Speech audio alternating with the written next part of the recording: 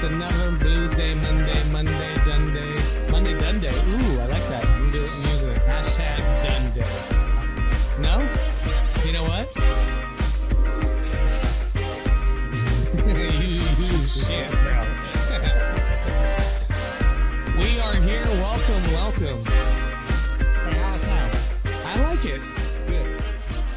I like it. Welcome to another exciting episode of Real Bar Talk. I said exciting today. I added in a word. I know. Daisy don't. Do you like that, Mike? You've been hanging out with me too long. Is that what it is? Yeah. You're gonna take credit from a wordplay? Yeah. Whatever, bro. Anyways, once again, we are a no holds bar talk in the bar, on the bar, about the bar. Bar talk. Welcome. How you doing, Mike? I am great, man. How you doing? And by the way, that voice is my engineer. How you doing? You okay? Oh, you just don't like properly introduce me no more? Just fuck it. I wasn't going to. How you doing, Mike? I almost called you my sidekick. I'm your sidekick? Ooh, I almost said side dick, which is not good. You can be my dick's side still dick. in your brain, huh? I'm so glad you brought that up. Thank you for reminding me. Let Mike, me mute you real quick because we don't need to hear that stuff and our audience don't need to hear that shit. We don't need to bore them with the details. that's what I feel about you, sir. I know you do, but it's all good. Listen, you are a sick fuck. That's all I'm saying. It's not very nice what you did. First of all, it wasn't intentional. Unintentional, not. I mean, think about it before you show me your phone. It's just, God, Mike. What were you measuring? What were you doing in that picture? I thought we said we weren't going to talk about this. No, I'm fully going to talk about it. Oh my goodness. You know, it's been a long time since I've had sex. Okay. Yeah, I don't believe you. And you're too old to be taking pictures of your dick. You already know First what it of looks all, like. I didn't take a picture of my dick. Let's be clear about that. Wait, now I have more questions. Why DJ? Now I have more questions. What? Who took the picture of my dick? Yeah, who took the picture? Exactly. Probably that you know. Now I'm not gonna say it. I almost called her out, and I'm not going to. She's staring at me, and I don't like it. First of all, can we continue with the show? Yeah, we can continue. All these exaggerations of conversations, we got to stop it. Like Okay. you hanging around with me too long. We're not done. Only I can embellish on the We're stories. not done. We're gonna put a pin in it, and I'm gonna circle back. Okay. I almost said I was gonna come back, and I'm not gonna say that. As always, this episode is sponsored by the beautiful Alchemy Row. I say beautiful, ugly Alchemy Row because it is. It's a pretty ugly place. I love it. Thank you, Alchemy Row, for sponsoring us. If you haven't checked it out, it's AV's nice, badass little dive bar. Come check it out. Great food, great music, great atmosphere. Come do it. Got a just amazing new sexy hot bartender named M to the I to the C. Did you refer to yourself as sexy? Y'all sure the fuck did. Oh, man. I've been told that though. Once again, I have so many things to say. I'm just going to let it go. All right. So what's new? What's new with you, Mike? What's been going on? Mike, I know you think I live an exciting life and you always want to know what's new, but I really don't. Like there's nothing new every week. Shit. It's just, I'm just me, man. Like, You're just it's you. nothing new, nothing exciting. So nothing new. So no current affairs But for you. I know, like, it looks like that, right? But like I tell people all the time, everything I do makes it look good. Is your button working? What button? Do you have a button on I your have thing? a button, yeah. Can you push it? Make sure No. I want you to test it. No. Test it for me. No, because I know what you want to keep trying to do. Whatever. But you don't have a button like that. I know. You want a button like mine, Mike? Bullshit. That's what I think about your non-current affairs. Bullshit. Let's talk about a sexy neighbor girl. Let's talk about her. I brought her up on the spot. Boom. Hey, I gave her that. I'm not gonna give her that nickname. I'm gonna change it, but I don't know what I thought you to. was, yeah. I don't like that. I'm gonna do. No, it's got to be better than that. I'll think. What are you talking about? She might be just BJ's girl for me. Oh, BJ girl. BJ girl. Ooh, BJ girl even sounds better. It kind of sounds good. It does. It does sound good. Ew, Mike, don't be gross. Anyways, so that's the new current affair that you didn't want to bring up. Kind of good. All right, I'm done with you already. Hey, I'm excited about this week for a lot of reasons. We have a cool ass guest coming on the show today, and also, with that being said, I want to talk about UFC 300. I'm gonna get into it, and I might even bring him on and talk. I think it's not even recording. Are you serious? Are you joking with me? Are you playing with me? Is the video on? Your video's on. Is your SD card in? Yeah. Are you not really recording? His expressions are like hilarious. I'm recording. Go ahead. I'm fucking with you. Are you eating on set? Yeah, I am. I hate you, Mike. I don't even know why. You know what? I'm just. It's whatever. good food here, Mike. Did you watch UFC 300 or no? Yeah, I did. I was here with you. Yeah. No, well, I was late. Remember? But I was kind of working. Kind of hard to watch and work at the same time. Did you see any of the fights? Okay, we'll bring up that last. I'll go to I'm excited about NBA playoffs. We made it to the 8th seed. I don't know if you know that. When you say we, the Lakers.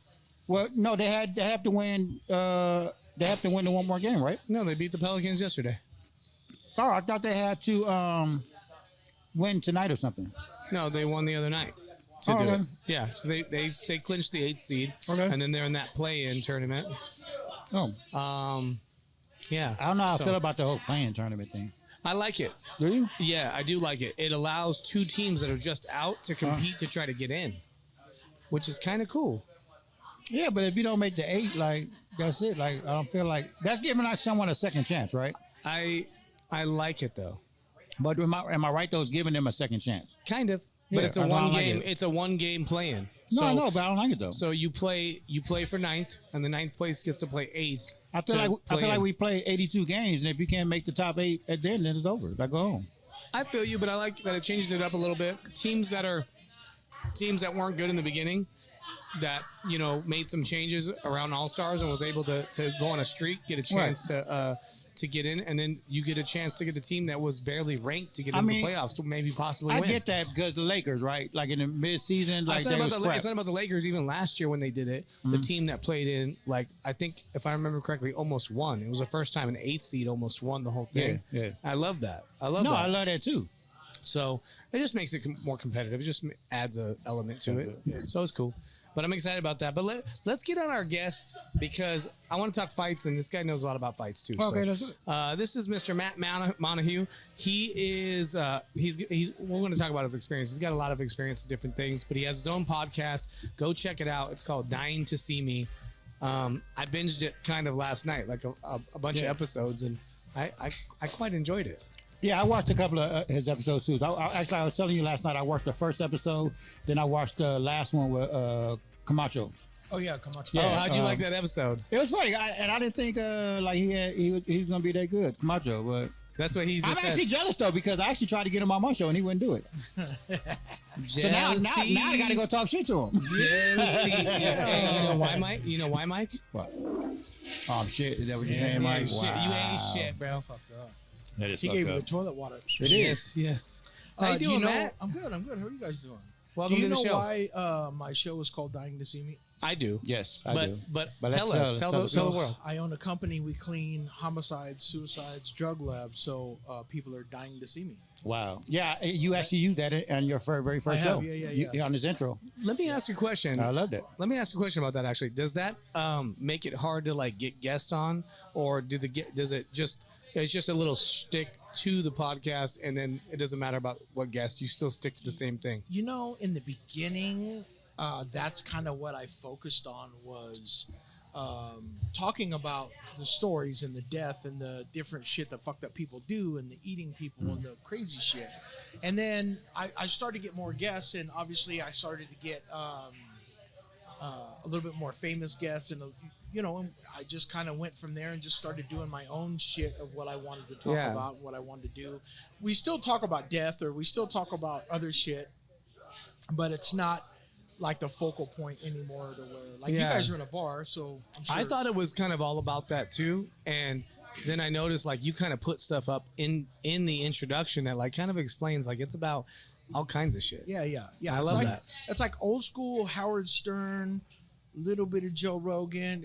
I just want to get on there and talk some shit, and act a fool. And I mean, it's like your buddies, right? When you talk to your buddies, you want to just have a good time, right? And that's really what it's and that's kind of what our show, how it started. Like, I went on his podcast because talk about my journey a little bit with the bar and different things, and I forgot I love doing it because I had one a long time ago, and I always had an idea to do something with, like, bar life and all that stuff. Yeah, And him and actually his co-host at the time, like they kind of like expanded on it. And I was like, let's go for it. We did. Right. Yeah. Here we are. Yeah. And you guys film every Monday? Every Monday live right here at the bar. Oh, it's live. Oh, Yeah. that's cool. That Yeah. brings another cool little element too, where because I pre-record mine, edit them, and then put them out. But I've always kind of wanted to do a couple live events where I could get some callers to call in. And, Yeah. And So let me take that back a little bit. We film on Monday, we release on Friday, and we so it's not. it's not live. It's not live. It's not live. Like, I just but we meant say live we have a because live it's a live audience. bar. I got you. And Yeah. people walk behind us like this. We fuck with people like Tanya. She always Yeah. like the one to be in the fucking videos Always and shit. in the videos. Always. Every that other face. city we go. Every other video.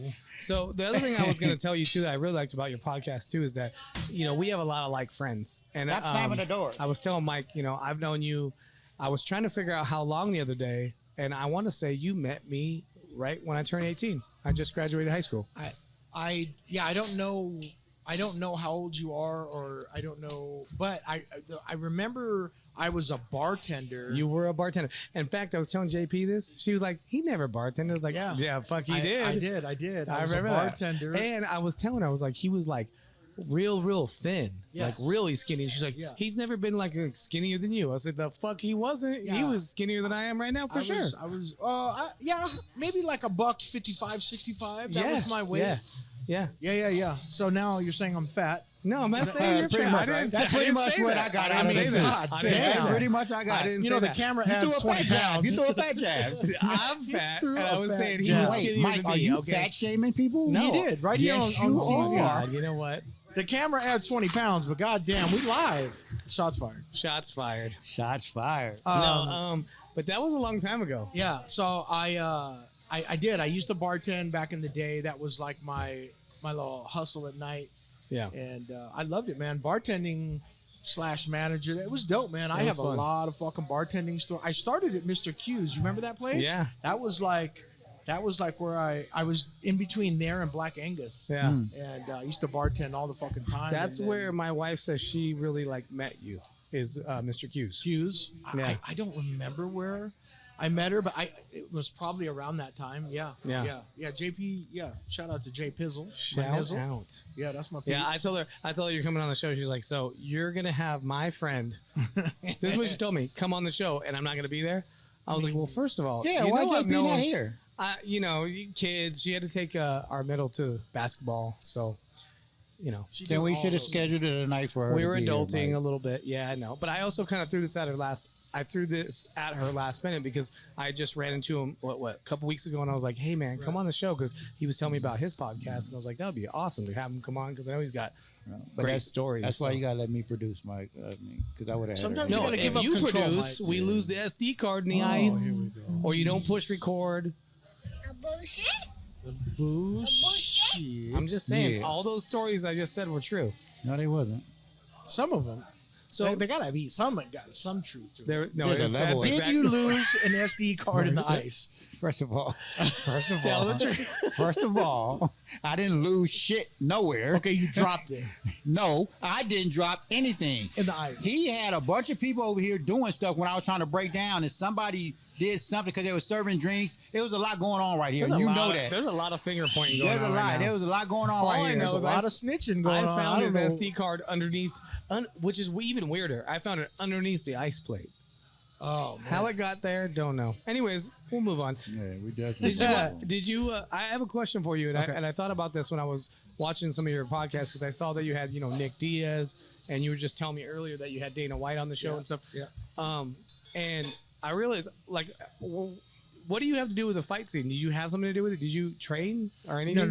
No. I do train jujitsu, but That's I what don't. I thought. Yeah, but I don't. And I did take the MMA referee course with Herb Dean, and I have reffed a couple of fights, but not with the UFC and not with Bellator. But I am just a humongous fight fan. Me too. Me too. Dana White has become a very good buddy of mine, and anytime I want to go to a fight, I go. I actually just took a bunch of buddies to the slap fights, and I had never been to Oh, one. power, Dude. that thing is kind of cool. And it was fucking amazing. I mean, fucking knockouts and knockouts and knockouts. It was That's amazing, awesome. dude. Yeah. So I would love, like I've always said, like there's always the haters or whatever, but I've always loved Dana White. I've always admired him as a promoter and what he's been able to accomplish in the sport. So I appreciate the guy. I would love to meet that dude. And I'm gonna tell you, man, and this isn't just because we're buddies, but Dana White, no bullshit, is the most down to earth motherfucker you'll ever meet. I love hearing he that. is not like one of these dudes like, I got money and fuck this. He's like me, very straightforward, very straight shooter, but just cool as fuck. Like he regular ass dude. Man, that's I love hearing that when you've done what he's done. So that's fucking cool. I would love someday. I would love to meet that dude. Yeah, shout out to Uncle Dana. Did you watch the fights this week? I did. What'd you think? UFC 300. Was it not great? It was pretty dope. I man. made money. I gotta say, man, that Justin Gaethje fight was just fucking crazy, wild. I saw a meme today about it, and I you know what, like I love both fighters, and I think they're both like action packed. They've always been like that. And there was a meme, and it was like Justin just responded for the first time after being knocked out on UFC 300, and bro, it was the most combobbled, messed up message. It was a meme. It was funny, bro. I was cracking up. I was like, that was pretty good. Yeah, I like both fighters are really down to earth. But knowing that you're in there the last 15 seconds of the round and you still bang it, I'll give both of them. I mean, how can you not? Dude? Nah, both just savages. The whole card was pretty damn good. I thought it was good. Even the prelims, you know. And everybody asked me like what I thought about the main. I was like, bro, if Jamal Hill stands there with him, he's going to sleep. And like, I called it, and I had multiple people, hey, bet me. I was like, I'll bet you. I'll take your money. Yeah. And I sure the hell did. Yeah. Jamal Hill cannot stand in there and think that that's going to work. Not with that guy. When you got a guy that's got 295 kickboxing fights before you ever touch the MMA world, and then, a guy like Adesanya can stand there with him because he has a similar background, Correct. But these guys, like, I don't know if you know, I trained for about a decade. Oh, wow. And I didn't fight pro. I got to 35 without taking a real pro fight, and I decided I was going to compete no more. But, I trained with Renee over at Fight Factory for almost 10 years, taught, coached, took, I fought smokers, I fought amateur boxing, I fought Muay Thai amateurs, I did all kinds of grappling, wrestled all through high school. I wrestled with Adam and Adam Wheeler and stuff, so I know both those guys. But William is who beats the trained me when I started in jiu-jitsu. Oh, really? Yeah. That makes sense. That makes sense. Yep. That dude's amazing too. Really good. But and Will and me, we both have a lot of like friends. He's coming to our gym and sparred, and he's seen me in there. But I got to 35 and I was like, I'm not taking no more punches. So it's a lot. So I respect all of them. You saw my interview with Nick, and you could tell, bro, just a punch drunk, man. And it's a hard pill, man, to swallow. When somebody you look up to is fucked up like that, dude. When you're that active and those guys are good, but they're also really resilient. So they get in there with some of the best guys in the world. And I wouldn't say they're always technically the best, but they're the most resilient fighters I've ever seen. Yep. And I think they've paid the price for it a little bit, because I love Nick and Nate both for what they are. And they both seem like they've taken a little damage, A lot of damage. Yeah. But Nick is... Nick is the pioneer for his brother, back in Strikeforce. And, dude, those guys were in wars. And they were in wars. Honestly, man, I've met just about every fucking fighter in the UFC rosters, present and past. And there's only been 2 dudes that have ever been real fucking assholes, but everybody else... solid. Tell me who. Oh, you want to know? Yeah, I really want to know. Yeah, let's get to it. All right, I'll give you the first story. Is Frankie Edgar. Really? He's got fucking short man complex, bro. Real talk. He's a fucking dick. I don't know what it is. You know what? That fucking camp that he comes from. They're all kind of like that. That East New York. Yeah. Well, but Matt Serra's not like that. Really? I would have thought he would have been like. I watched Chris Weidman. He's not like that either. Oh, really? Oh. But Frankie Edgar, man, was a real cock. And then the other one, which used to be my all-time favorite fighter until this, was Khabib. Oh, really? Yeah, man. You met him and he's a dick? So I'm backstage at a fight, and Dana gives me a guy to walk with whoever's with me, and it's usually part of the security team, and normally it's Billy. Shout out to Billy, and I told him, hey man, fuck dude, there's Khabib, man, and I was with my old lady, and I was with my buddy and his wife. Hey man, I gotta get a picture. Now I know he's not gonna take a picture with our old ladies. I know this, right? Because he's firmly against that. Yeah. But what's up with us? No problem. I got it. Go over there. Fucking. I put my arm around him like this. My buddy puts his arm around. He looks down at me and he goes, oh, no. And he points. He's like, number one gay guy. And I'm like, fuck? What? Fuck did you say to me? Right? Like, I don't give a fuck who you are. What the fuck did you just say? Yeah. No, brother. No picture with him. And walks off. And I'm like, yo, what the fuck? And Billy starts laughing. And he goes, look at your shirt. I had a Dick House shirt on, like with a rainbow. So he thought I was a fag. That's fucking hilarious. So That's he's like, funny, bro, that's funny. I have a rainbow and a Dick House shirt, Johnny Knoxville, right? Yeah. Steve-O. And yeah, he refused. Wow. And then so the next day was the fight, I think, because we were at the weigh-ins when this happened. Next day we were at the fight and we were in Dana's private room in the back. And fucking Steve-O and I are chopping it up. And I tell him, yo, this motherfucker, bro. And I tell him the story. And he starts laughing. He goes, bro, I'm going to send, how Steve-O, I'm going to send him like fucking 20 of those Dick House shirts. And, yeah. And then about 20 minutes later, Khabib comes in the room. I make eye contact with him again. And he just wanted nothing to do with me.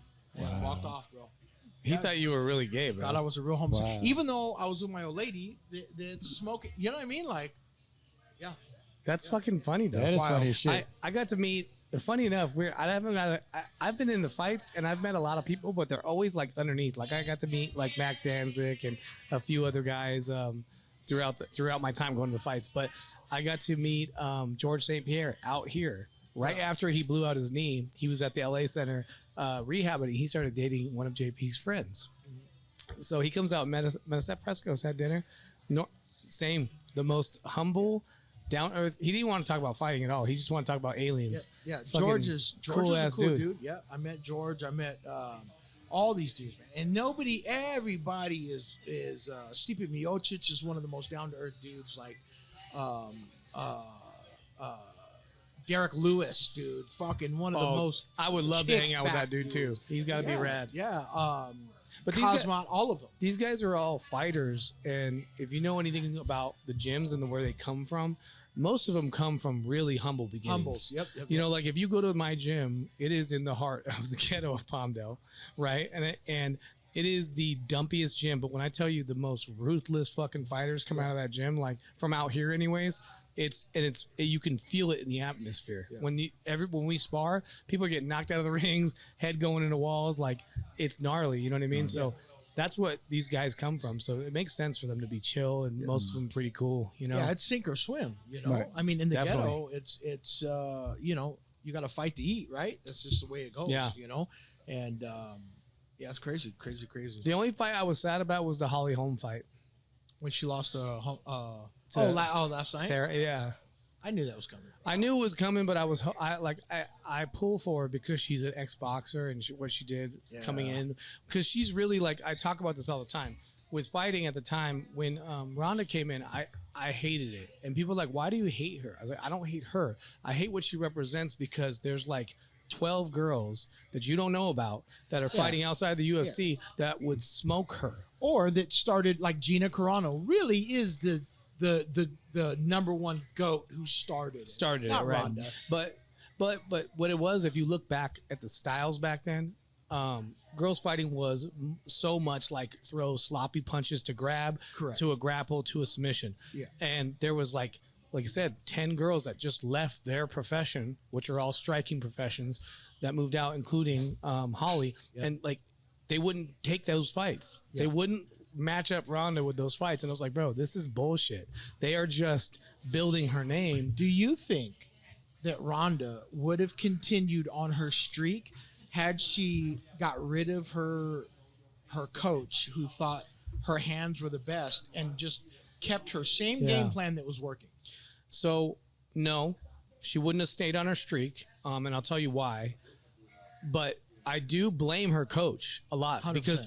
because he's a professional Muay Thai fighter. Yep. Or he was, but he was early on too. Like it's not MMA Muay Thai. So I'm like, I think she should have got new coaches well before she did, or got another striking coach and really paid attention more to the striking. For one, but for two, they should have stuck to certain game plans. But there's a problem though. There was so many high-level grapplers starting to come in that did that, or high-level boxers or whatever that really paid attention to the other side just enough to keep her away. And I knew it was going to happen. That's why I said I knew Holly Holm was going to stay away, not get touched, and beat her up. But nobody beat her on the ground. No, but And I don't believe any. Here's the thing: a lot of people went in and knew her game plan, and still got caught in the arm bars. Amanda Nunes would have destroyed her on the ground. Maybe. Because she's a way higher level of a grappler when it comes to once they hit the ground. Ronda's game was just like this new girl that just came in, a throw to a submission. That's not going to work on someone who's a high level jiu-jitsu practitioner, which at the time, all the girls were like basic. What I mean is they were all pretty good at jiu-jitsu. They're all, have this weird stand up to a grapple thing. And it was all like pretty standard. But then you start seeing girls that are like gold medalists in wrestling. And when that started to happen, I think it was only a matter of time, to be honest with you. She was going to come up against somebody who was as good or better grappler than her, and then also better on her feet. Because she wasn't good on her feet at all. It was bad. So out of the three, Holly Holm, Amanda Nunes, and Ronda Rousey, which one are you smashing? Smashing? Oh, Ronda. Nunes. Ronda. Nunes. Really? Yeah. God, she's gross. She got an Adam's apple. Holly Holmes. Holly You're about Holmes. that life, huh? Holly Holmes, low key, I know they always make the jokes about her being transgender. It's just messed up, but I know why, bro. She's got this big Adam's apple, and she's built like a skinny boy. Like she might have a cock. I was gonna say that. Man, I don't want you now. Shit. You saying all that shit. Like, Okay. Let's change it though. Okay, Who's the hottest, best MMA fighter that you could think of girl-wise? Gina Carano, hands down. No, Van Zant for sure. Van Zant was smoking. Van Zant was like a model. She was like a model, bro. Pull up those two and tell me which two you. I don't know if Van Zant was the hottest. I just thought she was hotter than Carano. Van Zant. Carano's got shoulders like a man, bro. You're crazy, bro. You're crazy. And Gina Carano. She was. Gina Carano was the hottest thing ever. God bless her soul. She was the only one that could go do the acting thing for sure. I'd eat the corn and peanuts at her. Oh, is she on here no more? No, she's not there no more. She's not active. What's I'm her trying name? to Gina think. Carano. How you spell her name? Gina. I can't remember. There was somebody they were talking about a lot that was really hot. Gina. Yeah. Gina. Damn, Gina. There you go. Bro. Go up to images. Gina's hot. Yeah. Go up to images, man. Look, and that's her now. You should see her when she was fighting. Oh, look at that. Look at that right there. She's hot. She's talking about she wants Paige. She is hot. I don't know. Stop it, I mean, Michael. all right. Michael, fine. stop it. You know what? Look at God bless her soul. Bro, I put the top just to check it out. Top hottest girl fighters. Mackenzie Dern is in there. Do you know who that is? I think she's hot. She's cute. I like that little Brazilian. Yeah, she is kind of cute. I like her. No, okay, fine. She can fit. I like her. She can get in there. Who's number one on the list? Okay, let's see. Number one is the Queen of Violence, Ariane Lipsky. Oh yeah. I don't know who that is. I've never seen her. She alright. She's all right. Let's see. Aight. Let's pull her up. I don't think she's as bad as my girl Gina. Gina was like, I feel like she should have stayed in longer. But I wonder if she would have got an smoked. American Gladiator. Remember? She Yeah. was in that. But she was like 6-0, bad. right? When she left, and then No, more than that. I think. I think she was 8-0, and then she got beat by somebody I don't remember. But yeah, she a bad. I pulled up Paige Van Zant. Check that one out. Come on, bro. So, yeah, my bar story is going to be about us back in the day. You're going to laugh when I tell you the story. Lord. I got a good one too from back when I was back in the day. You know what's funny is I was listening to one of your episodes of the podcast, and just hearing some of the stories and like hearing some of the people you were talking to, like I was cracking up because it just made me think about those old times, like Purple Martini days and all that shit he was talking about. I was like, that's too funny. And all them. Yeah, those were the spots, bro. Those were the spots. You don't think she's hot? Who? Oh, you didn't Paige find Van her. Zandt. Yeah, he found her. I'm sorry, I was looking at someone. Who? Paige. The Oh, one you just looked yeah, at. yeah. But not as hot as Gina. No, I would go straight with Gina. Yeah.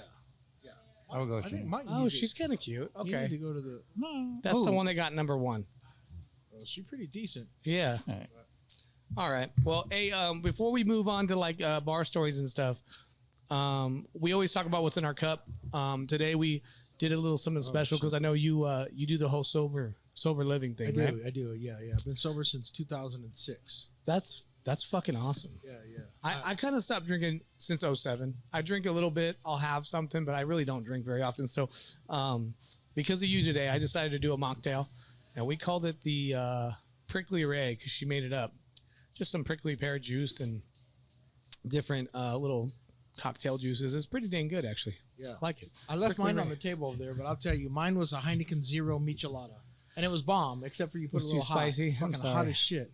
I That said is my white guy favorite. hot, and he put it hot as balls. I didn't like mean we need to. Taco Bell mild. I really- white guy hot. I really did it light too because man, my favorite drink to make is You can't talk for shit today. It's drunk. okay. You know what? He drunk. Fuck you, Mike. He drunk. That's why you probably need alcohol. You're trying to go alcohol free. He's going through withdrawals. I like to make Bloody Marys and micheladas. Oh, I yes. make them, and I usually make them like a Spanish style, and I like them. I never had anybody tell me it's too spicy, and I took some off. Listen, so I'm white guy hot. I'm trying to let you know. Like ketchup with pepper. Well, It's my about bad. It's Well, my about my bad. get down. It's about my get down. My What are you bad. drinking on? So what do you? What are you? So that's what you were drinking on. What are you drinking on? I'm drinking Makers and cream 7-Up. That's different for you. I know. Well, because we don't have none of the shit. Where's Screwball? It's all gone. I know, but I don't have the rum chowder with the screwball. Oh, you have to have it that way now. Yeah. Can't just drink it straight. You turn into a whole ass girl. I'm just I saying. drank the rum chowder up last night. Well, okay. So Roy you drank all got my mad. shit. Roy actually got mad at me because I took the last sip right before he came in. That's The messed last up. drop. Yeah, I know. How long have you owned this place? This is 8th month. Oh, okay. And how is it? Ups and downs, obviously. Yeah. So I'm glad you asked me that because the truth is, people that always like, oh, I'm gonna go. I love to buy a bar. I love to buy a restaurant. Whatever.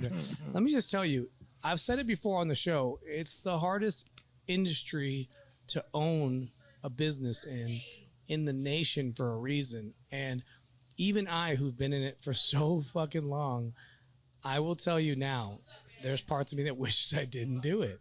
It's a lot of fucking work. It's nonstop. I live in a store.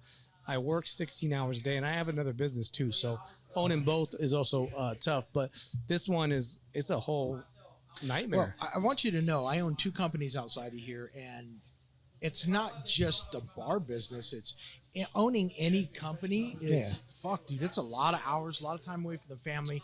You know, you don't get a lot of that fucking time, bro. It's not just the bar business. Yeah, It's and just I'm sure your business got to be crazy. now, but it took me. You know, I opened in 2010, and it's always been successful, like financially. Yeah. but not at the point where it is as of 2019. I hit a whole new level of That's the same thing with the karaoke thing. Since you've known me, I've always owned a karaoke company. Right. And in fact, when you met me, my dad owned his own. dad, and then, yeah. then in 06, I started my own. Okay. And it wasn't supposed to be karaoke. It was just, I was club promoting, and then everybody got wind and it took off. And I stayed stagnant for a long time. And then right after the pandemic, I hit a whole new level, which I never even thought I would get to. So it's crazy. It is, and even that business is pretty chill. But like, there's times I work all day and night for that stupid business. I've always wanted to own a bar, not to make money, right? Just to have, because I grew up on doing that. That was my whole fucking get down. I loved it. I loved the talking to people and fucking bullshitting, and you know what I mean? Yeah, but the part behind the bar is fine. of course, it's all the extras, right? The ordering food and the liquor and the fucking and the employees and the fucking The overhead in any of these places is way crazier than you could think. And I was like, I don't know why I didn't think it. I've been working these and running these with people for so long. I didn't know the money side of it, and to watch that and take care of all the SKUs, and it's just a lot of work. It's just a lot. Yeah. But I actually like getting behind the bar and fucking around with people. That's like my release. That I know. You know? I'll tell you though, what I do like that you did was the fucking whole change of the menu.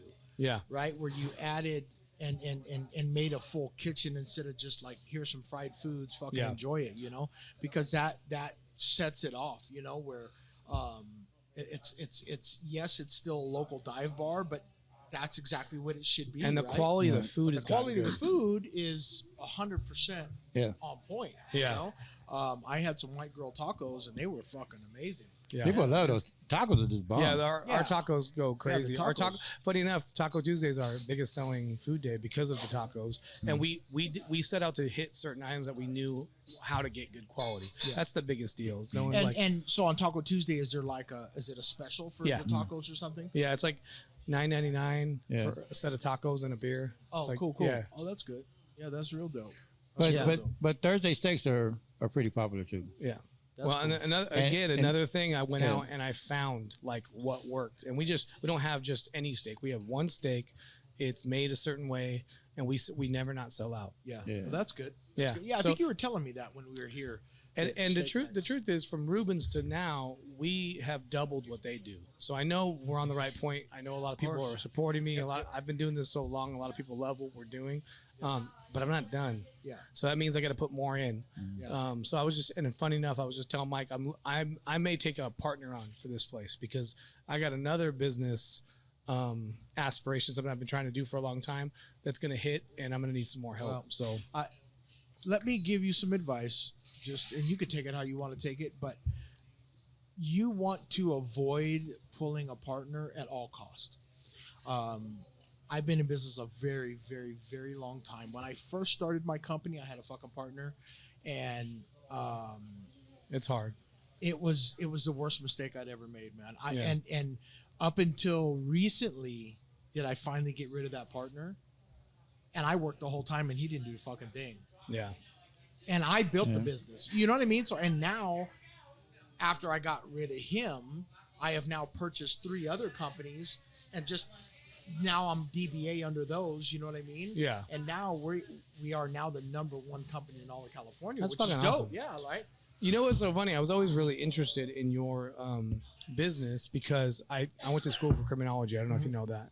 Got a degree in 2022, and that's what the next piece of what I'm doing. And JP's really into it. She thought about getting into, or like going and helping, or just seeing if you needed help when you first started it. And I was like, I don't know if I could do that. That's got to be a crazy ass job. A lot of people think they can do it. A lot. I have a lot of people. I don't think I can. And then they'll get there, and it's either they can't see it or the smell. Yeah. It's the 2 things, right? And they'll start fucking, and you can see it, right? And you're in a respirator, and and it's not the time to be fucking getting sick. Right.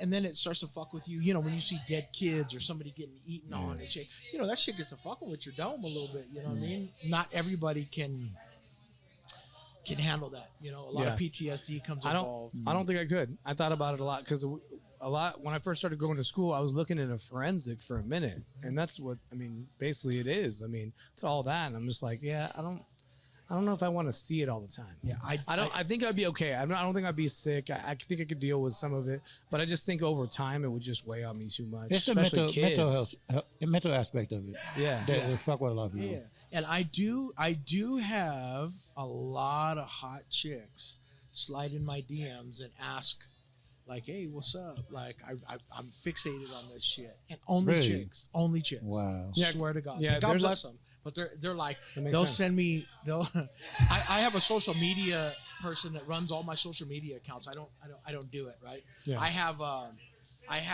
secondary account that is not even in my name that I look like for shopping and shit that I like. But the other ones, I don't really fucking fuck with it.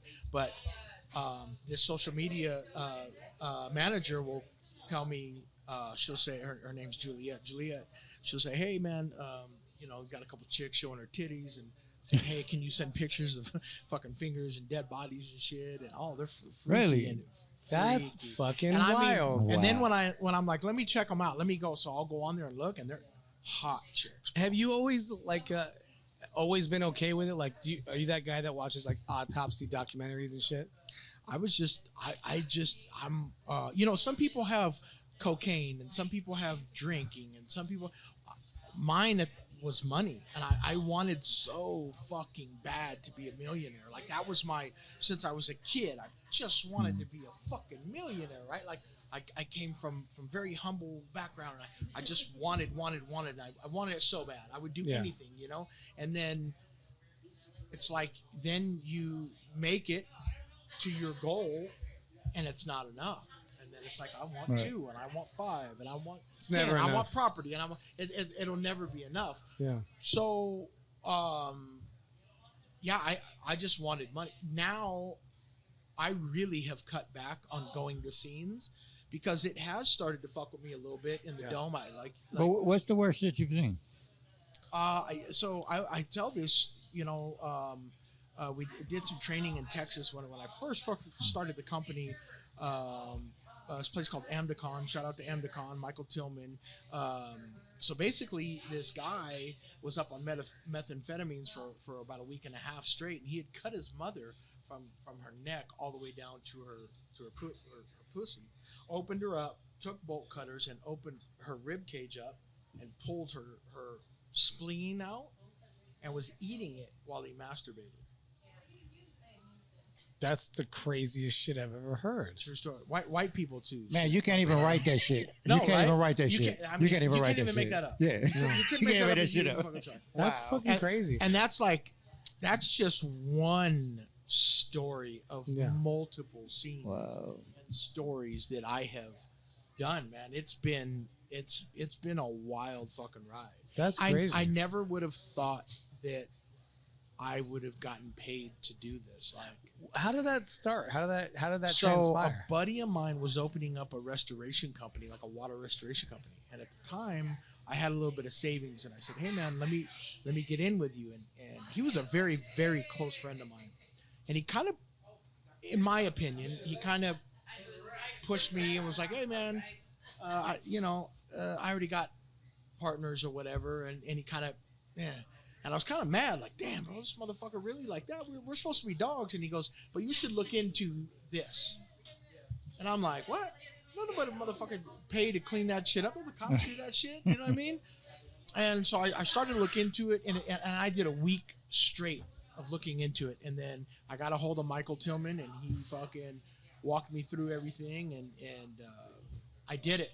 And I did my first fucking job, which was a suicide and an attempted homicide. This guy had shot his old lady and thought he killed her and then ate a bullet. It was a cop.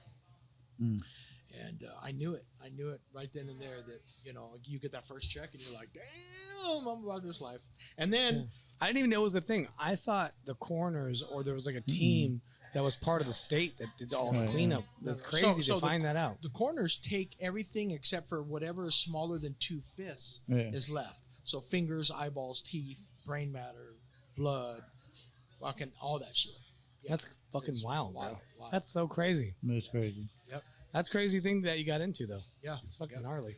Like I said, I remember, I don't know how long ago now. It was quite a while when JP was telling me you were doing it. And I was like, she's like, you should see if you can get a job with him. I was like, I don't know if I could do that shit. And even thinking about it right now, I don't think I could. Yeah. Yeah, it's a... Could you do it? It's a rough one. You could do it? You'd be all right? For me, it's not seeing it. It's more the smell. I think that's the biggest part for me. Let me rephrase that, because I don't mind seeing it, because I grew up in here. I've seen people shot and murdered in front of me. It's the smell. Like even like when that girl threw up Saturday night. Like I was over here making a drink. Step back right where you were at. Blah, all over herself. No, but I was sitting back making a drink. And just the smell of it, that's why I had to walk over there. Because that makes me throw up. I'm watching the fight. I'm like, I'm not standing up. I'm not dealing with shit. Somebody else. I know, you did just sit there like all calm. I told you, no. I was like, I'm not. I came here. I was late. I'm watching the final fight. Nope. I went and got some towels and gave it to her people. And they were like, here you go. Clean that shit up. The smell is fucking it's fucking horrendous. It's like garbage truck juice and homeless sex. It's like fucking. It's fucking so bad. That's a good definition. So bad. Homeless sex and garbage. I've never ever smelled anything like it. Like I tell people all the time, I wish I could bottle it up, and then just fucking, Ruin someone's day with it. Oh, dude. Wow. Fucking stink bomb of fucking death. Especially people that have A been death there bomb. for fucking weeks. Oh yeah. like See, cats that's what I and say. dogs have eaten The them. longer, I don't know. I don't know how I would do it. I don't know how I would do it. The smell is probably the worst. I think I could see a lot of the stuff, but the smell, I couldn't do it. I thought that too, but then you start seeing little kids' feet and shit like that, and that shit. That's the next level. I saw. I don't know, maybe a couple months back here, this dude had cut his girlfriend's baby, fucking, and that was pretty fucking gnarly. That's fucking wild. But humans are weird. Dude, people are wild. fucking. But I'll tell you this: the crazy ones with the crazy stories of the like eating or the cutting nipples out and stapling on them on the walls, and then cutting the pussy lips off and making a mouth with it. It's always white people. That makes sense. True story. White people are crazy. Yeah. White people do the fucking wild shit, bro.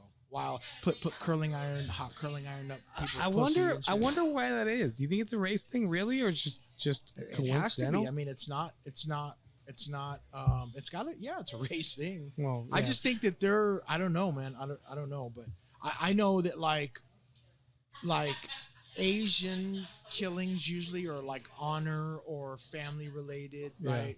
Well, the same thing with serial killers too.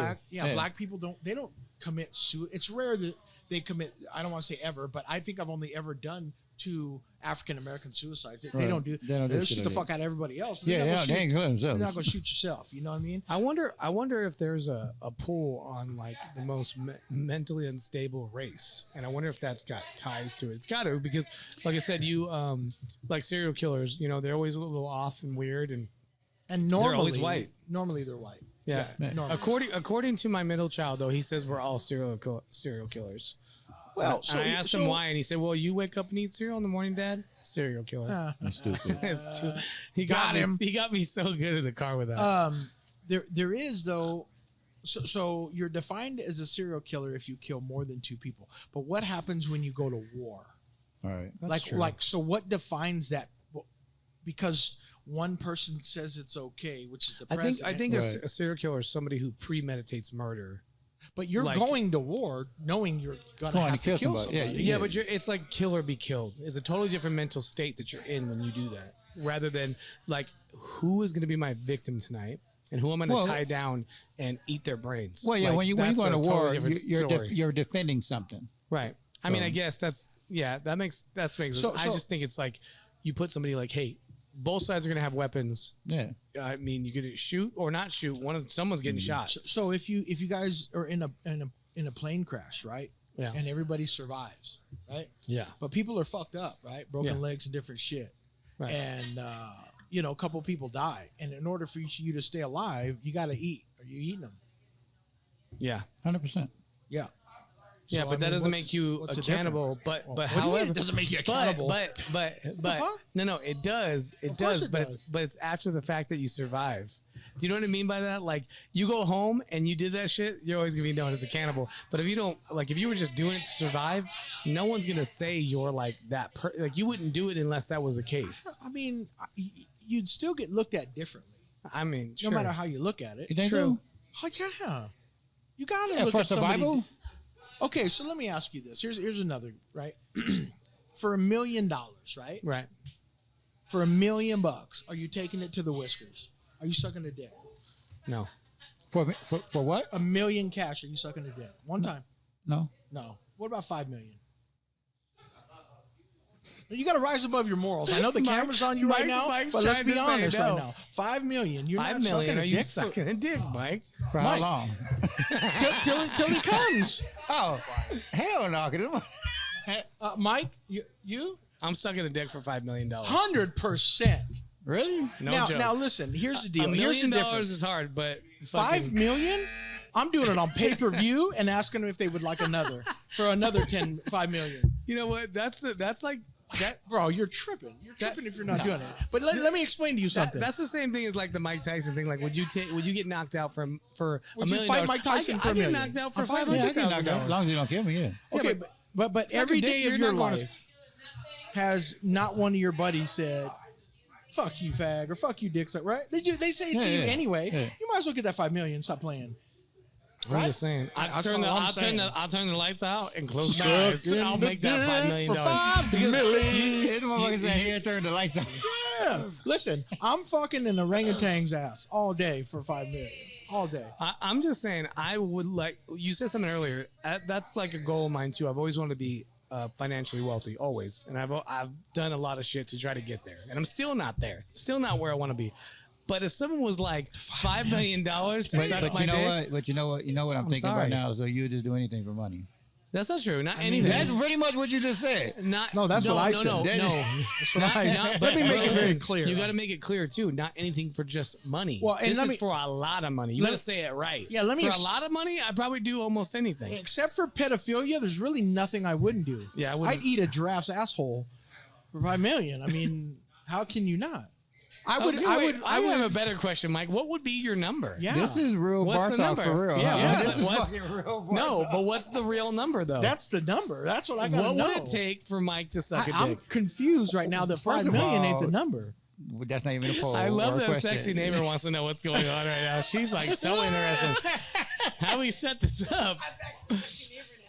So That's fine. I'll take it. So all right. So here, let's get off that. Let me ask you this: for $1 million, are you gonna hit a chick that has AIDS with no condom No.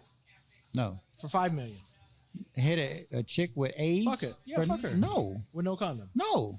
Okay. No number You guys would see how know that. Magic is living right now, right?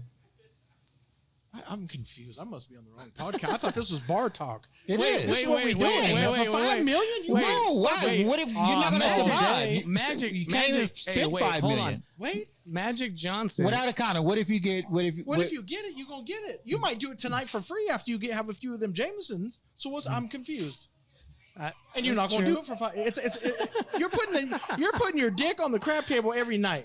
That's What true. in the That's very actual true. fuck? I'm not, You're but that's true. tripping. No, but here, let me go backwards a little bit. So yeah, for $5 million, I'm not fucking somebody with AIDS. Oh, I'm not all doing it. day. But Not doing it. but listen though, Hot what you blistered said, pussy. what you said doesn't make sense though, and I'll tell you why. When Magic caught AIDS, that man was not a $5 millionaire. He was a hundred a millionaire. Yeah. How he got it to go away is not the common Okay. story. Okay. It's going Look to at cost you Eazy-E. $5 million to get rid of it. Plus, Eazy-E is a $5 millionaire, and he didn't get. He died. Yeah, but that was long. That was way before the AIDS thing. This was back when Yeah, true. they thought it was coming from Africa, and that's not the truth. You know. So at the end of the day, your goal is, I don't know if you have kids, but to set your kids up, right? Right. For $5 million. You set 'em I'm up. putting But the you're not shit setting your for my kids up. kid. How do you know? because it's going to take you, if you catch AIDS, it's going to take you that much money to even get cured. Like your health bills are going to be that. Would you Right. Would you me as a father, I'm putting that money away, and whenever if No, I die, I I got die. kids. Oh, then there it is, and then I'll go and they will be set. That's the point. I mean, that I think look this is also depends on how old you are too. But like, I mean, I can see what you're saying. Then I see what you're saying. Like, if I'm older, let's say I'm unhealthy, right? I'll make that $5 million and die. Okay, right. So I'm doing it because you'd never know if you're. First of all, you Okay. don't know if you're going to catch it. first of all, yeah, It's not guaranteed you're going to catch it. Number two, they have so much medication out there that for like $100K, you going to be able to be all right. You might be right nowadays because they do have a lot of stuff to so fight it. I agree if you're looking at it from the perspective. Okay, you know what? I am older, right? I want to set my kids up. Yeah. I don't have nothing else going on. This is my once in a lifetime chance to set my kids up. Exactly. There might be a conversation. Exactly. That's what I'm trying to say, bro. Yeah. You're not doing it for you to go out and buy fucking Lambos, right? Right. Yeah. You are setting your children. The goal is to be generational wealthy. Right. Yeah. Not just wild out with a Rolex. Anybody can go finance a Rolex today. Yeah. Anybody. Yeah.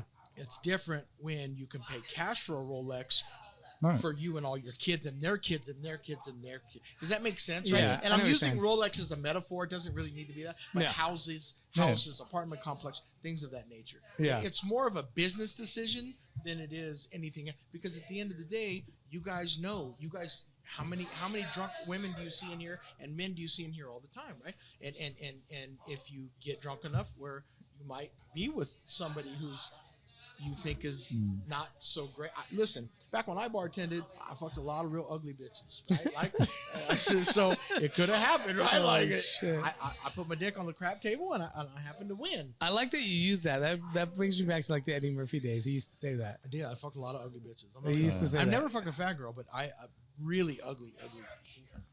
Some real bitter ones, bro. Some bad. You know what? I'm not gonna say I've never gone outside of my what's the word? Out of my type. I was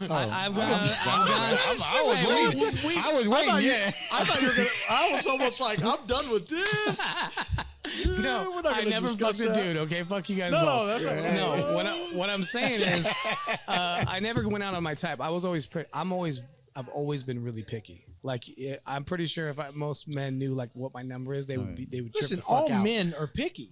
I'm talking about what I've actually like as far as like, I don't have a lot of ugly girl stories. No, I really don't. You must I have have like maybe one or I've two. only had 4 real girlfriends my whole life. I've been married twice, and in a total of 35 years. So yeah, I don't have a lot of ugly girl stories. Yeah, me neither. And I've been a bartender, so for a long time. I've been in entertainment. Maybe I had opportunities. Maybe I need therapy then, because I was a bartender and fucked some real ugly bitches. Never no fat ones, but some ugly. But bitches. you were just saying I never been a big drinker either. Yeah, I was. I used to get fucked up. I remember those days. I did. So I was in a lifestyle for 10 years. Swingers lifestyle. Do you know what the lifestyle is? The swinger lifestyle. The what? Swingers. See how no one knows what that real? means? I've been saying this for a That's long good. time. That's a good thing. No, that's no. good. But with that, I mean, I even then I was picky. Dude. I did take once or twice one for the team, like because. But she Ugly was. She or was. fat or both. Well, I did one fat girl. Like cockeyed bitch too. Like, No. can you dig her? Like Shaquille O'Neal, Forrest Whitaker type shit. Hell no. All right. I told that story. I told that story on a couple of episodes ago, and I got in trouble because I fat shamed somebody. Yeah. She was It's not the first time you got in trouble for fat shaming. Okay, so let me. But this tell is you why I don't mess with big girls now I get it. because of that. So you guys probably will get a lot of hate mail for the comments that I've Oh said yeah, we tonight. already do that. I Probably. get hate mail. Oh yeah. Some girl cussed me out the other day. I I get a wasn't even lot. talking about her.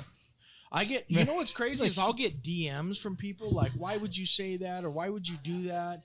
And I'm like, well, look, if you, and I used to answer all of them, and now I get so much of it. But these are the same people that follow me, Right. the same people. Yeah. And it's like, dude, like, so Yeah. your job is to watch what I do? That shit Yeah. is crazy, bro. Like, shut the and fuck there's up. It's there's a whole side entertainment. of it. You're trying to, what we're trying to do on these shows is create like content for people that they want to watch. And if you're just the course. same And if you- lame, boring yeah. shit, no one's gonna watch you. Listen, it's like nobody wants to. Who's yelling? Fuck is Fucking going Tanya. on over here?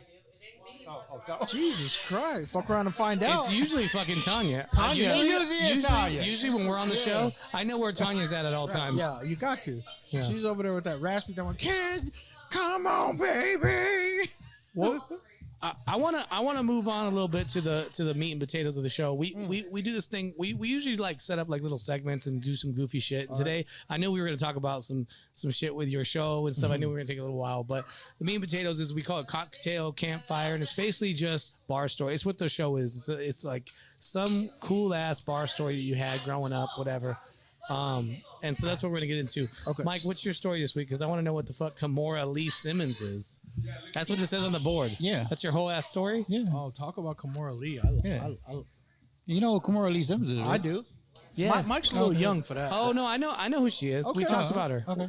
I told you I So- saw that thing with Russell. Yeah, and that's why cause last week we was talking about the daughter and dating with the older dude. Yeah. So they got like a 40-year-old gap. Anyway, I said I was just gonna tell a story on how I actually met her. Back in the day, I grew up in music, so I went to a strip club with AMG and DJ Quick, and it was me, Quick, G, Queen Latifah, Kimora, and MC Light. And I had just met them that night. So I was at the bar just talking to this Asian lady like for a whole good 2 hours. And we was just like chilling and talking. And then as I left, my boy G, he like, hey man, you know who you was talking to? I was like, no. He was like, that's Kimora Lee. That's Russell Simmons' wife. And I was like, oh fuck, I didn't even know. Like we had a great ass conversation. That's how I met her. That was the whole story. That's my whole story. That's a whack ass bar story, bro. You hold on. access denied. Mike, you know why I'm giving like you these little stories now. You need to get better the ones, first bro. few, That shit's Awkward. That shit's awkward. First of all, my first few episodes of this, my stories has always been about. I can go back into the lifestyle and tell all kind of fucking stories, but it's gonna make your shit sound lame as fuck. get I'm trying to better. give you an opportunity to shine He's here. trying to give you a platform, Michael. Yeah, man. Well, just take it, Mike. Just take it. Take the layup, Take bro. it like you take the dick. Take the dick. You're fired. Anyways, yeah, good story. Good story. Hey, good story, Mike. I'm proud of you. Matt, give me a good one, man. What you got? I don't know if I should even. I got a good one, but I don't know like if you guys are ready for it. This is no holes barred. Yeah. Okay. Nothing. Everything goes. Remember, you said it. Okay. We had a man. You should hear my stories. So I worked at Black Angus. I remember I was working at Black Angus and Q's at the time. So Right. I was pouring drink with her. I had this fucking manager, bro, and he was a fucking asshole, bro. I don't know what his issue was, but he just constantly was on my ass. I think it was because he was older and he was balding and whatever. And back in my thinner days, my younger days, I was pulling in, tons of pussy, right? Shit was wild. So his wife would come in there on Thursdays and she'd sit at the end of the bar and I'd serve her whatever. All right, cool. So one day she has a few to drink and she says, "Hey, what's good with it?" And I said, "I'm gonna fuck this bitch because I'm leaving Black Angus. I'm gonna fuck her." And I'm gonna fuck her, and then I'm gonna tell his his bitch back or her husband about it. So he leaves and he's gone. I'm locking everything up or whatever, and I'm like, fuck, watch this. So I go in, open a bottle of Corona, right, and I fucking bang her with this Corona bottle, right, pull it out, set it to the side, knock the pussy out, right. She calls him, "Hey, I've had too much to drink, come back." So he's mad. Comes in, right? True story. Comes in. I know what you're about to say. I say, "Hey, man, Take a Corona. take a Corona." I knew it. Down the Corona. He's like, "All right, I'm out of here." True story. Fucked her with the Corona bottle and he drank it. That's fucking Wow. awful and hilarious. That is. I knew you was going there with that. Yeah, that's exactly what I did. That is fucking funny and wild. Wow. A Corona bottle, like Them days were the how business. did you set the Corona bottle up, like to make that happen? Just shoved it in her. No, Like, I mean, she's laying on her back, and I want to get two because you. so you already had it set up, like the work was already done to get it done. Yeah, we had been Okay. flirting, and I knew that Mr. Q's had already given me a full-time position. Yeah, So I was like, well, Yeah, I did I'm breaking anyway, out you with a did. bang, you really did. You sure the fuck did. So after I give the Hey, you should get sponsored for that one. Well, you see, Corona should sponsor him You for see that on one. my hands right here is tattooed on the fingers, right, and it says your mom was here and your girl was here. So I just Wow. Four finger discount. That's too fucking funny. My story's whack compared to that. well, see, that's why I didn't. No, wanna that's okay. go. You go second. Mine's about us, actually. Funny enough. So I told you earlier in the show that I met Matt when I was 18. Just graduated high school. I was a state ranked wrestler leaving high school, and Uncle Sam's just opens up. And Uncle Sam's is Caliche Town right over here. And me and my dad, we were doing karaoke for a long time, and it was like probably the last year my dad was going to do it. We started doing. I actually was about to take over a lot of it, so this is my first hiring outside of my dad. Funny enough, my dad ends up coming in and we're doing it together. But at first, I just got called. I was going to come do this show, and so I meet Matt, and we're hanging out. I might want to say 3 months, 4 months, and there was this bartender there that was I like already know what triple my fucking size. Like Shannon. I'm We're skinny. gonna call him out by name. Yeah, Shannon. I'm skinny. I'm like 125 pounds, maybe to 130 pounds. That's how skinny I was at the time. Yep.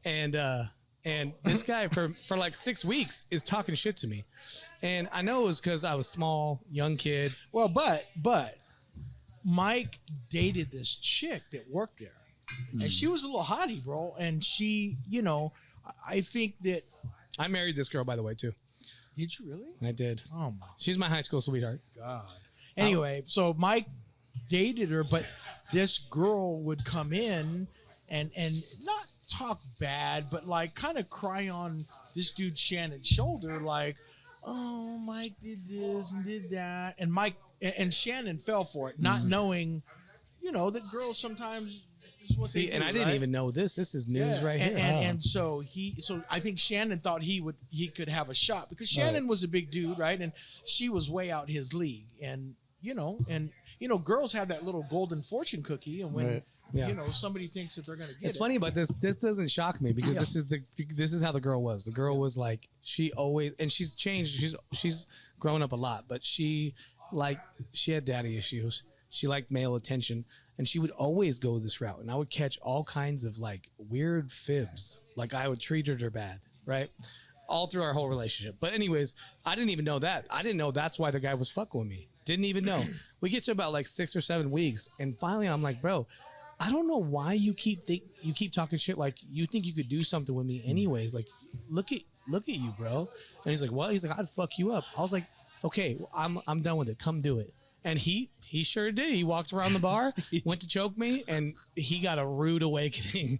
I literally picked this dude up, and he's almost 300 pounds. And I just used his momentum and pushed him and turned him and hit him like 2 or 3 times in the face. And it was all on camera. So at first I get pulled apart. Like Larry, the guy that owned the bar, he was no fucking joke. So I thought he was going to fucking beat me up for fighting in his bar. But he's like, fuck that shit. You don't fucking move. Don't fucking move. And him and Matt go back and watch the video. Comes out. Shannon, get the fuck out of my bar. Fires him on the spot right there. And just is like apologizing to me. Matt's laughing. He thought it was the funniest thing ever. Because when I tell you this guy was 3 of me, he was like almost triple my size at the time. So that was just funny. That was my introduction really to Matt. I remember I was laughing because like, it is what it is, right? Like, dude called you out. You came around the bar and got it handed to you. It is what it is, bro. Yeah. But, he did get fired. And I think, if I remember correctly, they brought him back, but he had to apologize and do all kind of weird shit, right? Yeah, and I think it was it was like months later. I had ran into him outside of a bank, actually. And I kind of dead stopped. And he's like, bro, I'm an idiot. And that's all he said. He's like, I'm sorry, blah, blah, blah. And then not too long afterwards, he had talked to Larry, and I know he ended up back there. But it was almost 3 months later or something. He was after Mike's. I didn't know you were high school sweethearts with that girl. Yeah. We went to high school together. She was a year older than me. She graduated out before I did. I did my last year. We stayed together since I was only 15 when I got with her. Stayed with her till just before my 23rd birthday. Wow. Yeah. Is she still out here? No, she moved to Texas. She remarried. I mean, we ended up 5 years later, like reconnecting on a friendship level. And we chalked a lot of it up to being young, young kids. She just had her second baby, 40 some odd years old. Oh, wow. Decided to have a second one. I'm like, you do it all over again right now? Crazy. Fuck all that. But yeah, she's doing good. She's changed a lot. Like I said, she's out in Texas now. Yeah. Good for her. How cute. Good for her. Let's do some drunk calls. Are we going to do that right now? Yeah. I'm down. Let's do it. I'm down. Oh, I know who I'm going to call. I saw who you got on here. I know who I'm going to call. Wait a minute. I just want to set the record straight. If you do not pick up this time, Mike. Yeah. You know it's a wrap. Yeah. You should never try ever again. When she comes to the bar, just be a gentleman and say hi. How you doing? Leave it at that. Just let it go. Let's see what she does. Unless you called her earlier and said, "Hey, you better pick my call." You probably did that. I didn't do that. Hello. Hello. A bullshit. A bullshit. Hey. A bullshit. You okay? No, I'm drunk and Mike's being mean to me. So I was gonna see if you can come get me. Okay, first of all, wait, no, stop. You fucked the whole thing up. No, stop. I can tell this is a setup already. For her to even ask you, "Are you okay?" This is a setup already. Well, you didn't even let me get anything in. How do you even know? How do you know? You already. Brittany, Mike, be Number quiet. one bullshit. Be quiet. Bullshit. Number one, the last time you guys called me at this time, yeah. I mean, what's going on? Here's the question. Now that Mike ruined the whole drunk call like a douchebag, here's the thing. If I was drunk in trouble, would you come get me?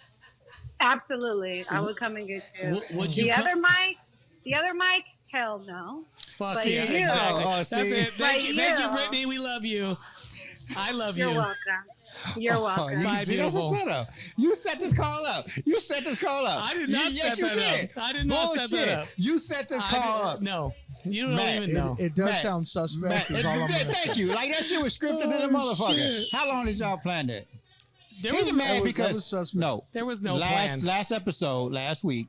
It was our first time doing drunk calls. There was and we no called plan. her. He called her twice. She did not pick up. And I was She like, was doing something. I said, I bet you if I called her, she'd pick up. I called. She He called immediately her picked 20 up. minutes later. Okay, It wasn't 20 minutes, fool. Suspect. I know that you don't All right. set up a call like that. I'm making that phone call. Hold on. Who's this? Hello? Hello. Is this DJ? Yes, it is. Oh, okay. Well, hey, I got some questions for you. You're on the show. Oh, okay. Tell me what you really think about Mike. Which mic? Fucking Mick Mike. Oh, Reed? Yeah. Yeah, just Trash. Trash. Fucking trash. Trash, bro. So, No, okay, he's okay. suspect. Honestly, I see what y'all you know what I'm doing. saying? I see You know what y'all what I'm doing. I see what y'all doing. Yeah. So this is a Well, it is what it bash is. Mike night. Okay, I got you. I got you. I think bars are meant for younger people to be on, and you make it tough. But Oh, wow. Hey, after a certain age bracket, you got to stick to making prune juice and cranberry juice, man. Yeah. hey, well said. Well said. I love you, buddy. Talk to you later. All right, thanks, man. Bye. All right, bye.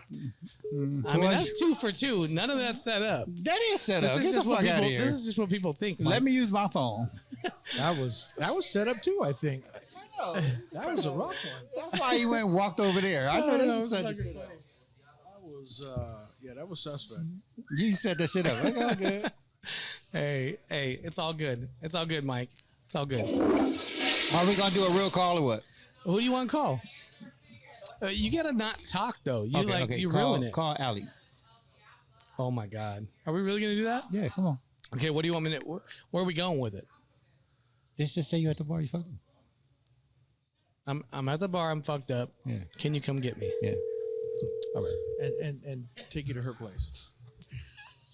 Hey, Mike. Hi, Ollie. Hi, what you doing? I'm like fucking trash at the bar. Is Why? I don't know. Is there a way you can come get me real quick? Yeah, You would? of course. You're the fucking best, Allie. You are I the fucking fucking love best. you. I fucking love you. You're on the show. Allie, welcome to the show. Welcome to Real Bar Time. We got I love you guys. That was my drunk call. See, she would come get me. People love me. Because bro. Allie is a sweetheart. That's why That's she would true. do She it. wouldn't. She still wouldn't get you. It's You okay. know I love you. I love all you guys. You just proved my point. I love you, Allie. I'll talk to you later. Okay, bye. Hey, You so fucking happy. Look at that smile on his face. He's red and shit. hey, Look at him. He's all you got red. somebody? Like, You got somebody you want to crank call? oh no, you don't want my people. On there. I promise you that. I think you should crank call Zamir. That would be hilarious. You want me to do it? I'll do it. Hey, you know who came in today? Who? Marcus Jones. Did he really? I Yeah. thought he quit drinking. I don't know. I hadn't seen him for a long time, but he stopped by and just for like a minute. I haven't seen him for months. So Oh, really? yeah, Man, he I know he went through the rabbit hole for like a second.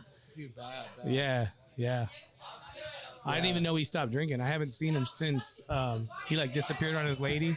Yeah. That's the last time Yeah, I've there heard of was him. like a big old fucking 911 looking for him. Yeah. Yeah. I heard he quit drinking. Did he have a drink? Did he drink? You know, I don't know. I was doing money stuff, Yeah. and he just stopped by, and we had left. We had to go do. I had baseball and all sorts of stuff, so I had left, and I mean, he might have had a drink. I'm not sure. Maybe it was just a soda. I haven't seen him in forever. Last I heard was he was missing from Facebook or something. I heard a bunch of Facebook shit, but Hey, you got Ted's number? Yeah. Call her. Tell her. They say, hey, I need, because look, she's been outside in the car for the last 30 minutes, right? Call her and tell her that you need her to get in here because Cindy and Tanya is fighting. Okay. See how fast she runs? Yeah. All right. She gonna run through that door.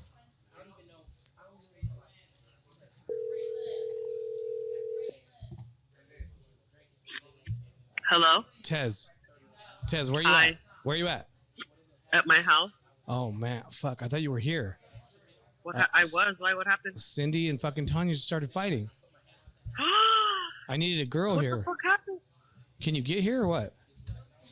You're fucking lying. I could tell from your voice. Welcome to the show. Welcome to the show. Welcome to the show, Tez. You guys are retarded. Why you fucking leave? Look, you finally made it. You're on Real Bar Talk. How do you feel? Hi, everybody. This is Tez. Tez Lou. What's your phone I number? left because you don't love us. Cindy took my seat. Oh, someone stole your seat? So all the other So seats we in here have you can we see? have arranged seats here? What the fuck? Yeah, I usually get the little reserve plaque, and it wasn't there today. So I don't know Wow. what happened. You know what? I guess I Our was producer, invited. the producer and the engineer of the show is fucking up. So I'll get with apparently. I'll get with his manager and we'll fire that fucker. Yeah, please do. Thank you for All right. being All considerate. right, Tez, love you. See you later. Love you. Bye. That's fucking hilarious. We gotta get better at drunk calls. We gotta have I gotta get somebody for reals. Wait, what you mean? I don't know, like That is- something. I don't know. I'll think of some shit. yeah. I'll think of some shit. Anyways, every episode of Bar Talk, we always make up a rule, right? Like a generic bar rule, right? Like mine, the first one I ever told was like no politics, no religion. What would you say is a good bar That's rule? a good one, man. No, yeah. I would say fucking just no crybaby shit. Like no Karen shit. That's the fucking best one like yet. no Karen shit. Bro. No Like, one said that yet. we no don't. We don't. crybabies. Yeah, I we like don't that. have time for the. Listen, man. Of course, you come to a bar. You want to have a drink. You might want to tell the bartender some stories. But we don't. You know, we don't. Listen, motherfucking kids walking across your grass and shit. Ain't nobody want to hear that shit. Yeah. You know what I mean? Fuck out of here with that bullshit. Yeah. Keep the crybaby shit to yourself. I like that. That's a good Yeah, rule. that's a good rule, man. What about you, Mike? My rule this week is going to be never leave your drink alone or unattended. If you just now figure that out, I don't know, man. That's how you get People fucking still- fucked up. No, That's how you people get still drugged. doing it. Oh, I know. So I know. That's why I tell people all the time, like, especially females, like invest in those cup condoms. Yeah. Those Because are- especially like it's not happening here, but No, there was it's a not. time, there was a very specific element that was coming here a few years before I bought the bar, and it was happening quite a bit. And I knew who the fuck it was. That element's gone. That shit stopped happening. So I'm like, I don't know. I tell people all the time, don't just fucking leave your drinks unattended. Don't leave your stuff unattended. Like a lot of people feel so comfortable in this bar, they put their phone where they're sitting, their wallet. yeah. I'm like, And bro, then they you're walk kidding? away.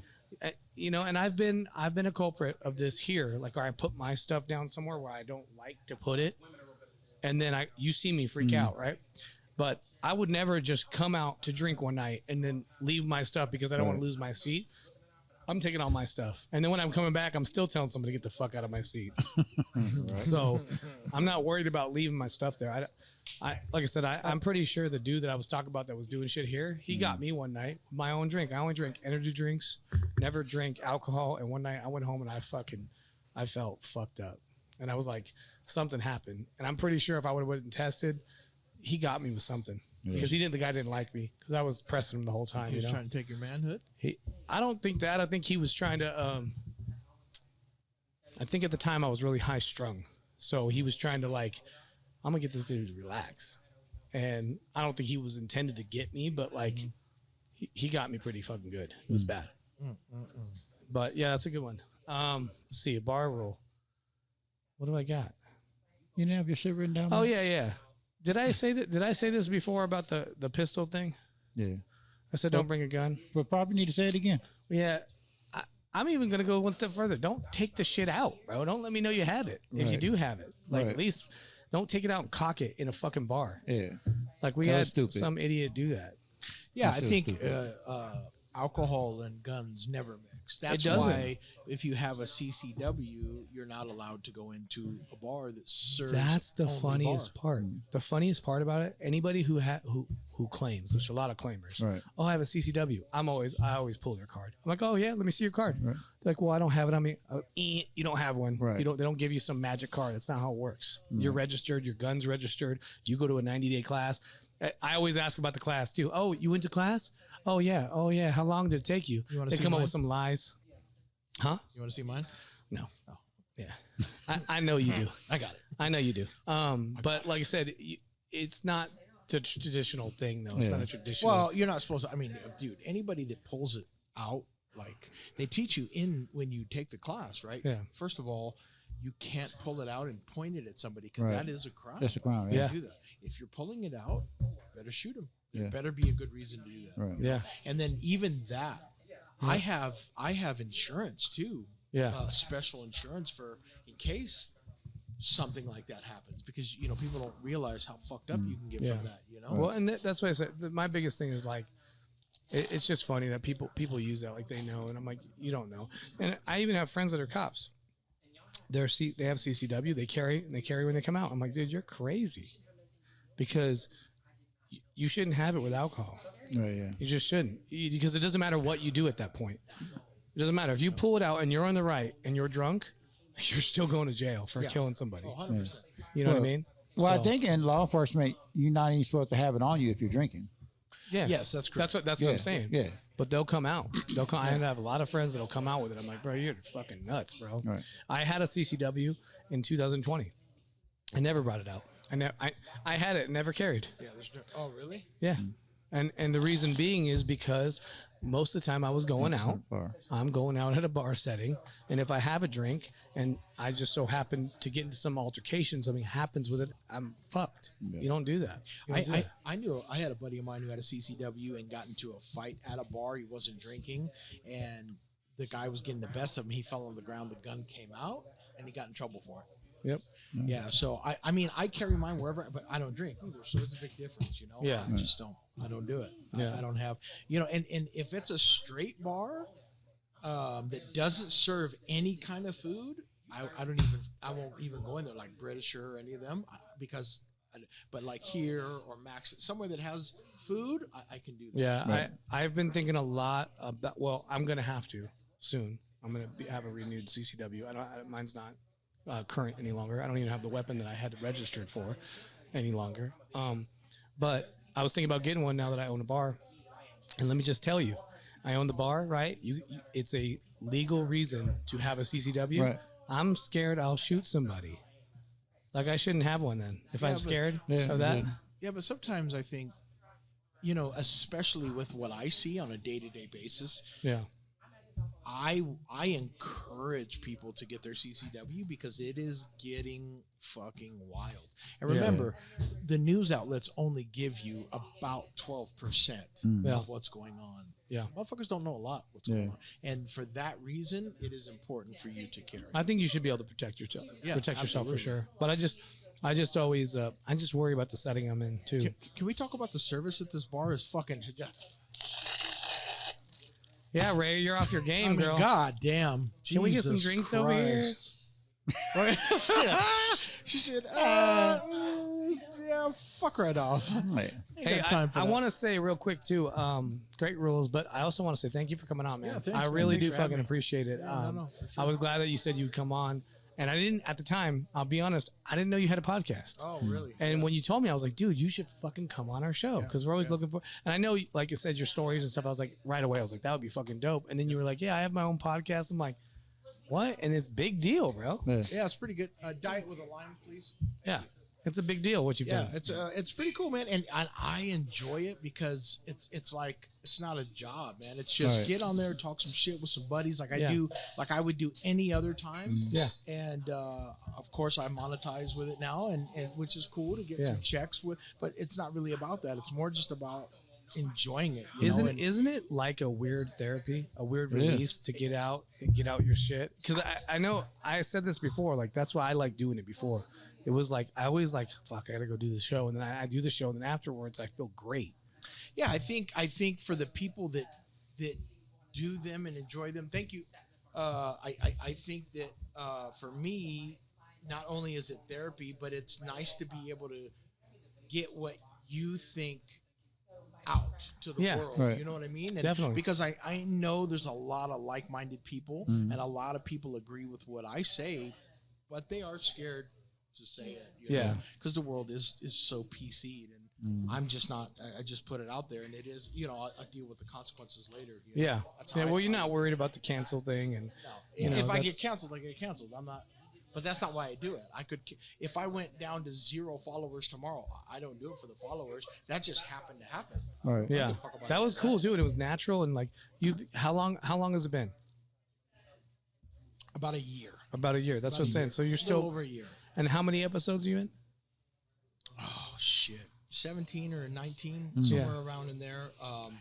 I stopped counting, but so you doing like maybe once a month, maybe? I was doing them every week, but it just I had some, my mom passed away, my niece. I had a lot of shit going on, so there was like 6 months that I quit doing them for a while. Because I was just so busy. Now I'm doing them about every other week. Okay. So yeah, twice. And I'm being a little bit more selective on my guests now too, where before I would kind of just have anybody, and now I wanna be selective on who's on there and have somebody that brings a different dynamic on.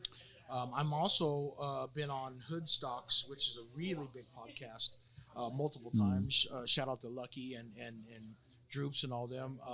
They have a really big podcast. I go on there a little bit and talk some shit with them, and they're kind of the same, like-minded, just straight to the point, no whole bars. I'm like that too with my show. What was it? 2 months ago, I completed my 100th episode, and I was doing it every Friday religiously. Like even if a guest counted on me, I would do it myself. Just do it yourself. Yeah, because I just want that consistency. Yep. But now it's like I actually scaled back. I'm doing it every other week now, and I'm doing it the week by myself. Yep. That I'm not doing a guest, but I'm being very selective with my guests too. Yeah, I want to get to the point where I do it, but more of like a Joe Rogan type. See, and I love his podcast. He's my favorite one. I don't always have to have a guest where I have somebody that really, like a Jamie that's there, that's producing and also looks up things, and we talk and forth, back and forth. That, because it's good to talk about shit that interests me, and I can't be the only one interested in fucking midgets and shit, you know what I mean? Like, that's a huge business. Shit. That's how my idea started. Actually, I wanted to do a thing called Shut the Fuck Up Sports. That was originally how it started, and then I was like, it would be cool to do something about everything I've done, because Aries is about to hit its 20th year anniversary. I've been here for almost 20 years, and so I was like, it would be cool to get out what I'm doing, and I love sports. I always have. I love fighting. I love that whole scene. Shut the fuck up, sports. You see this right here? Yeah, I love that. Shut the fuck up. I love it. I love it. Shut the fuck up. I love it. Well, thanks for coming on. Yeah, I appreciate you. We are running out of time, but I appreciate you. Every show we'd like to cheers out our show, so I want you to cheers us out. You got a cheers for us? Yeah, I mean, they're not gonna like it. Fucking say it. Sucking dick for $5 million, no fat bitches. I'm not mad at that. I love it. Hey, thanks so much for coming on, and again, thanks to Alchemy Row for sponsoring the show. And don't forget to check us out on all our cool ass streaming apps. I don't even know what they are. Go ahead, Mike. What are they? Just Spotify? Spotify, Amazon, iHeart, Odyssey, all of them. I think it was like 10 plus, maybe 12 plus. And go check out Dying to See Me. Yeah, absolutely. Yes, definitely. Wednesday, yes. I enjoyed the show. I can't today. I'm gonna leave. I'm gonna watch the Dana White one. It's gonna that's a happen. good one. Yeah. Check out Dying to See Me. Also, before we leave, I just want to say I love you. I'm sorry. No, you don't. Okay? Fuck you. I'm sorry I teased you so much today. I tried. I was like, you know what? You were a dick last time. It's my turn. Is it saw my dick? Oh, we out. This motherfucker we out. showed me his dick. Inadvertently, first of all, but he showed it to me. And he wouldn't. Hey, you can't talk about it.